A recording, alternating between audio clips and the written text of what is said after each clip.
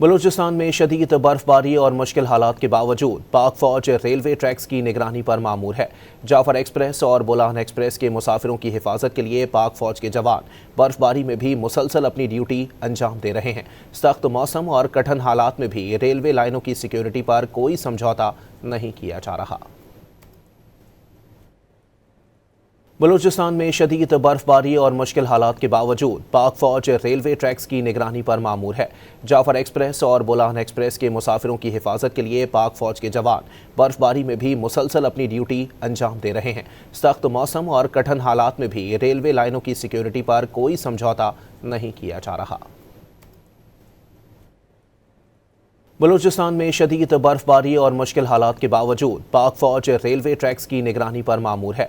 Jafar express और Bolan express के मुसाफिरों की हिफाजत के लिए पाक फौज के जवान बर्फबारी में भी मुसलसल अपनी ड्यूटी अंजाम दे रहे हैं।